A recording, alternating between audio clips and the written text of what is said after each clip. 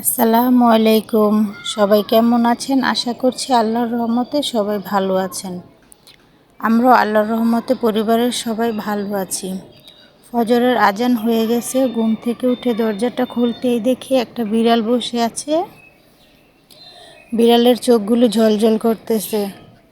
আমি চুলাতে গরম পানি বসাই দিলাম ওযু করার জন্য, আর ছাদে আসলাম। এসে দেখতে বিড়ালের সাথে সাথে আমিও ছাদে চলে আসলাম দেখার জন্য বিড়ালটা কোথায় যাচ্ছে। ওই যে বিল্ডিংয়ে দেখা যাচ্ছে 2টা জানালা দিয়ে আলো, নামাজ পড়তে উঠেছে। আর ওই বিল্ডিংয়েরও 3টা জানালা দিয়ে আলো আসতেছে, ওইখানেও নামাজ পড়ার জন্য উঠতেছে। আর সব ঘুমাচ্ছে।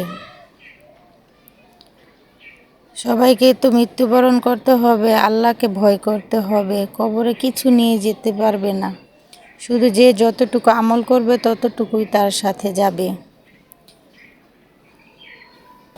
তারপর আমি ছাদ থেকে নেমে আসলাম। এসে আগে ভাতটা বসাই দিয়ে যাব চুলাতে, তারপর নামাজে যাব।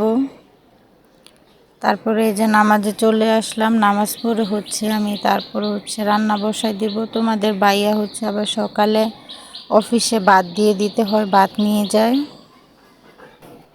এসে দেখি যে ভাত বলকও চলে এসেছে। ভাতটা আমি নামাজে যাওয়ার আগে চুলার আঁচটা একটু কমিয়ে দিয়ে গিয়েছিলাম। এই যে এখন আব্দুর রহমানকে দুধ খাওয়াবো। ও ঘুমের মধ্যে দুধ খায়। এক দুপুরে যখন ঘুমায় তখন একবার খাওয়াই, আর এই যে এই রাতে ঘুমানোর সময় একবার খাওয়াই, আর ভোরে একবার খাওয়াই। এই 3বারই ওকে সুজি দিই। সুজির মধ্যে দুধ দিয়ে তারপরে খাওয়াতে হয়। ও সজাগ থাকলে খায় না, আর অল্প যা টুকিটাকি খায় বারটা তাই দিই। তারপরে যে চাল ধোয়া পানিটা নিয়ে চলে আসলাম ছাদে। আমি চাল ধোয়া ডাল ধোয়া পানিটা বেশি দেই গাছে, তাহলে গাছে অনেক শক্তি পায়, গাছগুলো মাশাআল্লাহ অনেক ভালো হয়। এই যে এখানে টমেটো গাছগুলো লাগিয়ে দিয়েছি। এই গাছটা কেন যে মারা গেল বুঝতে পারলাম না। সবগুলো গাছই মাশাআল্লাহ ভালো হয়েছে, শুধু এই গাছটাই মারা গেছে। এই গাছগুলোতে এখন কিছু দিয়ে আটকে দিয়ে তারপর একটু বেঁধে দিতে হবে, না হলে এই যে গাছগুলো পড়ে গেছে। কিছু বেঁধে দিয়েছিলাম, আর কিছু পড়ে গেছে এইভাবে ঢেলে। তারপর আমি গাছে এই যে পানিগুলো দিয়ে দিচ্ছি। এই গাছটাতে আগে পুদিনা পাতা ছিল, তা আমি তো গাছগুলো সব উঠিয়ে ফেলেছি। নিচে যে শিকড়গুলো ছিল ওইগুলো থেকে আবার এই যে পুকুরি হয়ে আবার পুদিনা পাতা হচ্ছে। পুদিনা পাতা গাছগুলো আমার আবার আলাদা আলাদাভাবে সব কিছুতে লাগাতে হবে। রোজা চলে আসতেছে, রোজাতে তো প্রতিদিন আমাদের ইফতারি বানাতে হয়, প্রতিদিনই খেতে হয়। আমার ছেলের একদিনও ইফতারি না হলে চলে না, ওর অনেক পছন্দ ইফতারি। এরপর গাছগুলো সব আমি বেঁধে দিলাম, একটা একটা করে সবগুলো গাছই বেঁধে দিলাম, না হলে গাছগুলো সব ঢুলে পড়ে যাবে, ভেঙেও যাবে গাছ যদি বেঁধে না দেই। একটু ছোট থাকতেই গাছগুলো বেঁধে দিলে তাহলে সুন্দর মতো উপরে উঠতে পারে। আজকেই 2024 সাল শেষ। আজকের দিনটাই শেষ দিন। আজকের রাতটা আমরা 2024 সাল শেষ করব, যাতে 2 রাকাত হলো নফল নামাজ পড়ে শেষ করতে পারি। আল্লাহ যেন আমাদের এই তৌফিক দান করে।